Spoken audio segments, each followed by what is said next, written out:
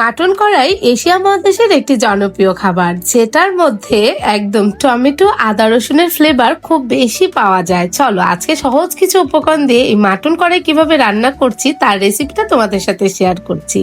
প্রথমে আমি এখানে খাসির মাংস নিয়েছিলাম 1 কেজি। এরপর 1 বাটি পেঁয়াজ কুচি, সামান্য আদা রসুন হলুদ মরিচ লবণ আর সামান্য তেল দিয়ে এটা মেখে নেব।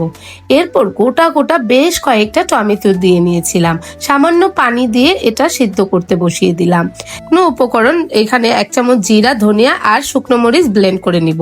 এরপরে আমি এই মাংসটা প্রায় 90% হয়ে গিয়েছে, একটা কড়াইতে ঢেলে নিব।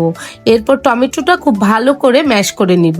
এখন সামান্য এখানে টক দই ভালো করে ফেটে এটার মধ্যে দিয়ে নিব এবং ঢাকনা দিয়ে পানি শুকানো পর্যন্ত ওয়েট করব।